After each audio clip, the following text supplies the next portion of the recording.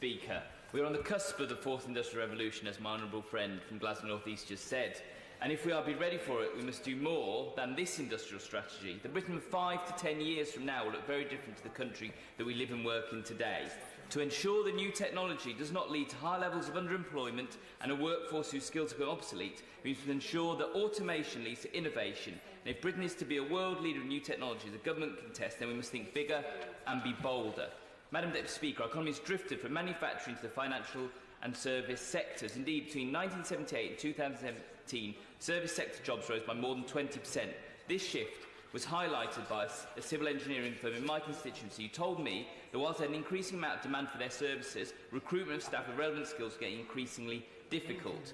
I welcome the £64 million investment in retraining that has been included in the government's white paper, but the context of £1.5 billion worth of cuts to the adult skills budget hardly scratches the surface of the investment needed to end the skills shortage that will hamper any serious industrial strategy.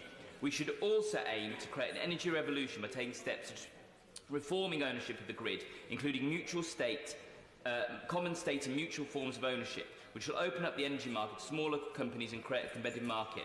We need to look no further than Leeds, where we created White Rose Energy. We also need an insulation revolution, provided incentives not just for homeowners to insulate their homes, but also for landlords and housing associations, so we can save energy, create jobs and provide warmer, safer houses. I'm pleased that there's going to be some investment made in infrastructure for electric vehicles. However, the government needs to listen to the Industrial Strategy Commission's recommendation that infrastructure investment is universal. My constituency of Leeds North West does not have a single public charge point. How shameful is that? We also need to take more urgent action to tackle climate change, and I urge the government to listen to this side of the House and commit 60% of the UK's energy coming from low carbon or renewable sources by 2030.